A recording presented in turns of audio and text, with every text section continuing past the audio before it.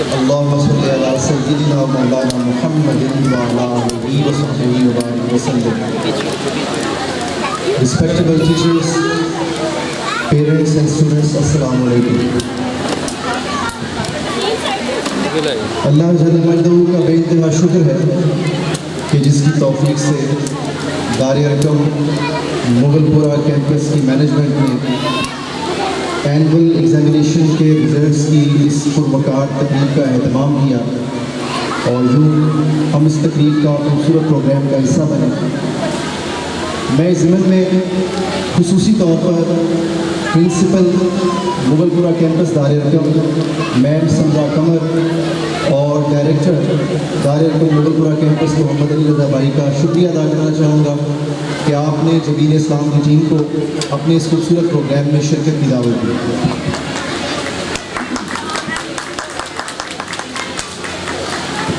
میں آپ لوگوں کا زیادہ وقت نہیں لوں گا. مختصراً آج کی اس تقریب کی مناسبت سے اولاد، والدین اور اسلام کے باہمی تعلق پر کچھ اہم نکات پر بات کروں گا. اللہ رب العزت قرآن مجید کی سورۃ النساء اس کی ورس نمبر 11 میں ارشاد فرماتا ہے اعوذ باللہ من الشیطان الرجیم بسم اللہ الرحمن الرحیم یوصیکم اللہ فی اولادکم صدق اللہ مولانا العظیم. اللہ رب العزت والدین سے مخاطب ہوتا ہے اور ارشاد فرماتا ہے کہ اللہ تمہیں تمہاری اولاد سے متعلق حکم دیتا ہے کہ تم اپنی اولاد کی وراثت یعنی فائنینشیل اعتبار سے بھی کفالت اچھے انداز سے کرو اور پھر فائنینشیل ایسپیکٹس کے ساتھ ساتھ ان کی پرسنالٹی کو ڈیولپ کرنے میں، ان کے اچھے کیریکٹر کو گرو کرنے میں ان کو سپورٹ کرو اور ان کی اچھی تربیت کرو. یہ اللہ کا حکم ہے یوصیکم اللہ. اب آج کی سائنس یہ کہتی ہے کہ بچے کی جو شخصیت ہے پرسنالٹی اس کی 50% گروتھ اس کی پیدائش تک ہو جاتی ہے. اس کی شخصیت میں جو اس کے پیرنٹس ہیں اور پھر اس کے نانا نانی دادا دادی اور اسی طرح کے فیملی ممبرز پرٹیکولرلی پیرنٹس ان کی طرف سے جینیٹیکلی جو بچے کو فیچرز اور خصوصیات اس کو ملتے ہیں تو وہ اس کی آدھی شخصیت پہلے سے متعین کر دیتے ہیں اور سائنس اس کو نیچر کہتی ہے اور اردو میں جسے ہم فطرت کہتے ہیں. بچے کی جو فطرت بن جاتی ہے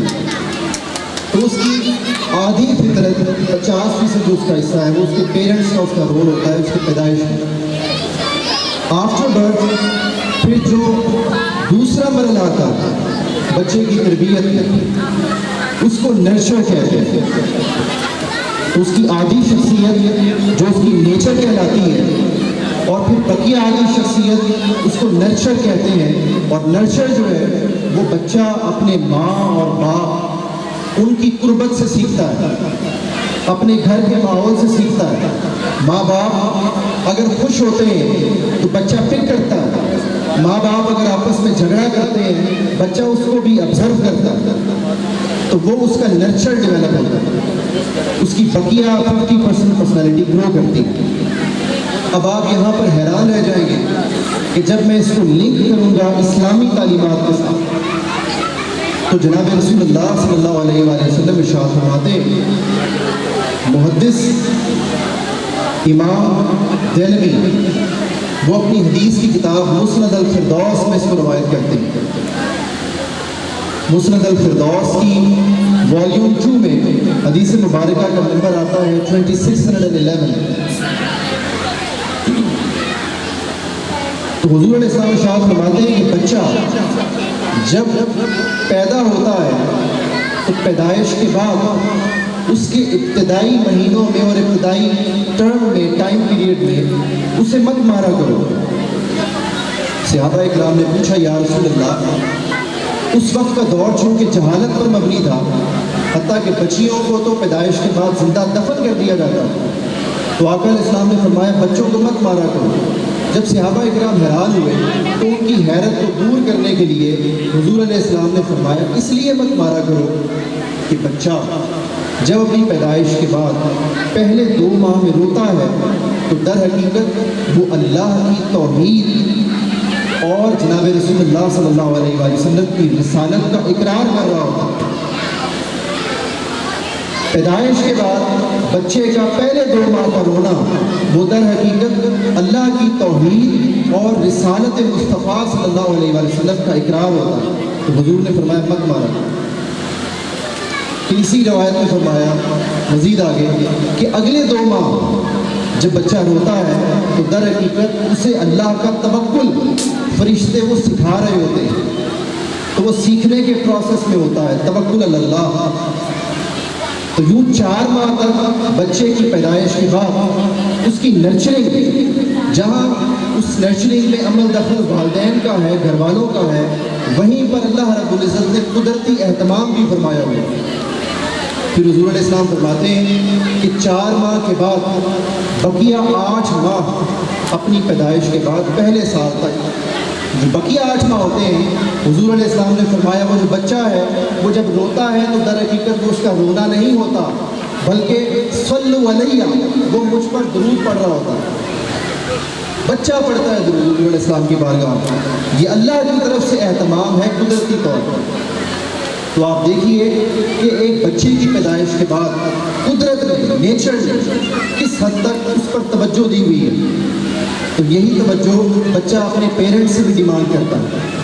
آپ اکثر دیکھتے ہیں کہ گھر میں بچہ کبھی ایسا لفظ بول دیتا ہے، کوئی ورڈ ایسی بات کر دیتا ہے کہ ہم بھی حیران ہو جاتے ہیں کہ اس نے ہماری گفتگو میں کب سنا،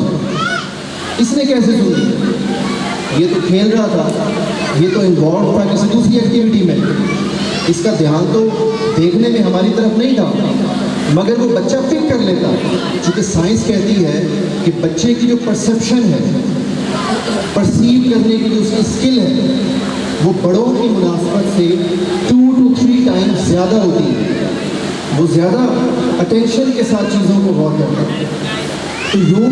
اس کی شخصیت میں آج کی سائنس کہتی ہے کہ بچے کی پیدائش کے بعد وہ 6 سے 7 برس ہے، 6 سے 7 سال کی عمر تک کا حصہ ہے وہ نہایت کروشل ہے، کیونکہ پہلے 6-7 برسوں میں ماں باپ اور گھر کا ماحول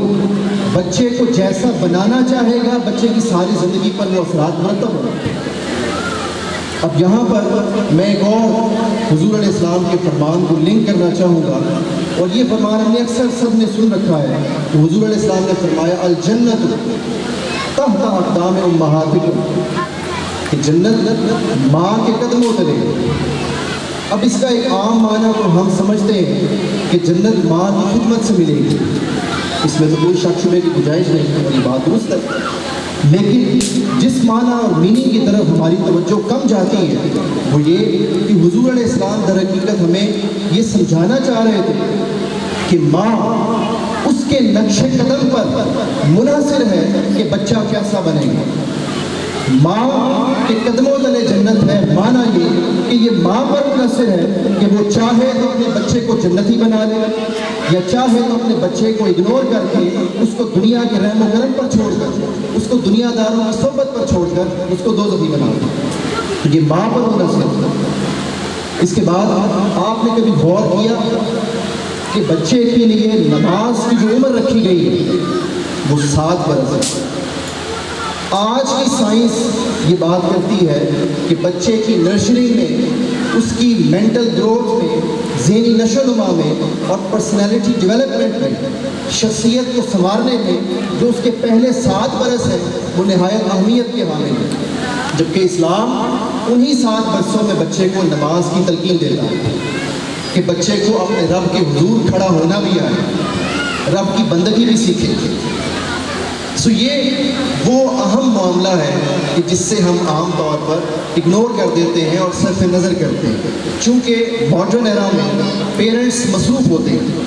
مصروفیات زندگی اس قدر ہوتی ہیں کہ مائیں مدرس وہ بھی اپنے ڈومیسٹک میٹرز میں الجھی ہوئی ہوتی ہیں،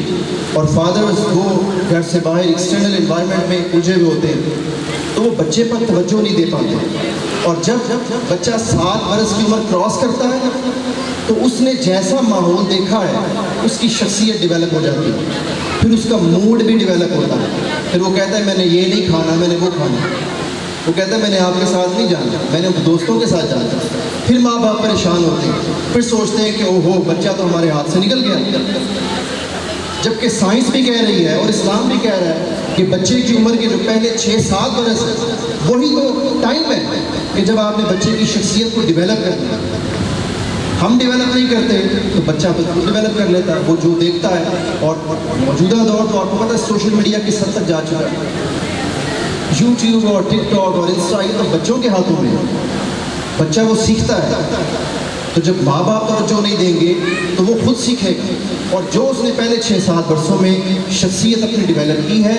وہی شخصیت اس کی عمر بھر چلتی رہے گی۔ سو وقت پہلے کا ہے، پہلے اس پر توجہ دی جائے، اور لیٹ سپوز اگر وہ ٹائم گزر گیا اور بچہ اب 12-13 برس کا ہو گیا ہے اور وہ ایسے لگتا ہے جیسے ہاتھوں سے نکل گیا، بات نہیں سنتا، تو اب بھی ہمارے پاس ایک راستہ ہے، اور وہ راستہ بھی ہمیں قرآن مجید ہی کی روشنی میں ملتا ہے۔ اللہ رب العزت ارشاد فرماتا ہے کونوا مع الصادقین، سچے اور اچھے لوگوں کی صحبت میں رہا کرو۔ تو اگر آپ کا بچہ اب ٹین ایج میں آ گیا ہے،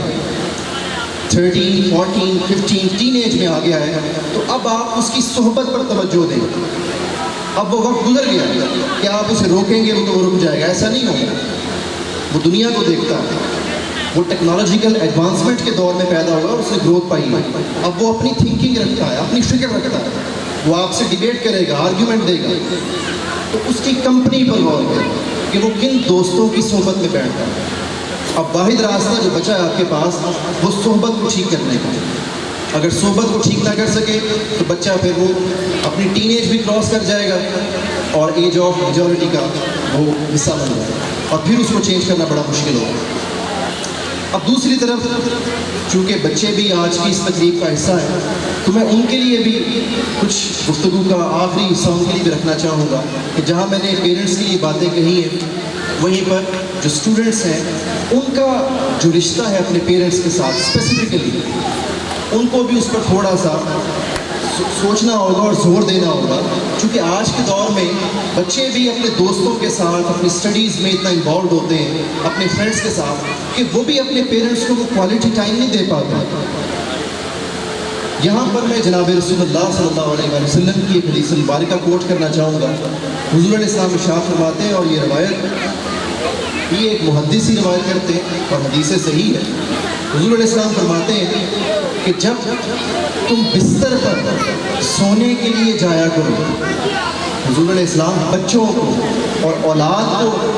رہنمائی دے رہے ہیں اور فرماتے ہیں کہ جب تم بستر پر سونے کے لیے جایا کرو تو پہلے اپنے والدین کو دیکھ لیا کرو کہ ان کی طبیعت کیسی ہے، کہیں وہ پریشان تو نہیں ہے، کہیں وہ دکھی تو نہیں ہے، غمگین تو نہیں ہے۔ اگر وہ غمگین ہے تو ان کی دلجوئی کے لیے، ان کا دل رکھنے کے لیے اور ان کی خوشی کے لیے تم انہیں کوئی لطیفہ سنا دیا کرو، انہیں ہنسا دیا کرو۔ یہ حدیث کے الفاظ ہیں۔ حضور علیہ السلام فرماتے ہیں اولاد کو کہ تم اپنے والدین کو رات سونے سے پہلے ان کا حال دریافت کیا کرو، اور اگر وہ غمگین ہو، پریشان ہو تو ان کی طبیعت میں خوشی لانے کے لیے انہیں ہنسایا کرو۔ تو آقا اگر ہم اپنے پیرنٹس کے ساتھ ایسا طرز عمل رکھیں گے تو ملے گا کیا؟ حضور علیہ السلام فرماتے ہیں اگر تم اپنے والدین کو کوالٹی ٹائم دو گے تو تمہارا یہ عمل جہاد، تلوار لے کر جہاد لڑنے سے بھی افضل ہے۔ تو جہاں دین اسلام نے والدین کو اولاد کے لیے کوالٹی ٹائم دینے کی تلقین کی ہے، وہیں پر اولاد کو بھی تلقین کی ہے کہ وہ بھی اپنے پیرنٹس کو کوالٹی ٹائم دیں۔ سو یہ میوچول ریلیشن ہے۔ اسی سے جب آپ کا گھر کا ماحول اچھا ہوگا اور یہی بچے جب معاشرے میں جائیں گے تو ان کو دیکھ کر، اچھے کردار کے بچوں کو دیکھ کر معاشرے کے دوسرے بچے بھی سیکھیں گے، اور اگر ہم نے ان کی شخصیت کو ڈیولپ نہ کیا، معاشرے کے رحم و کرم پر چھوڑ دیا، تو یہ بھی معاشرے کی تباہی اور بربادی میں اپنا ہی کردار ادا کریں۔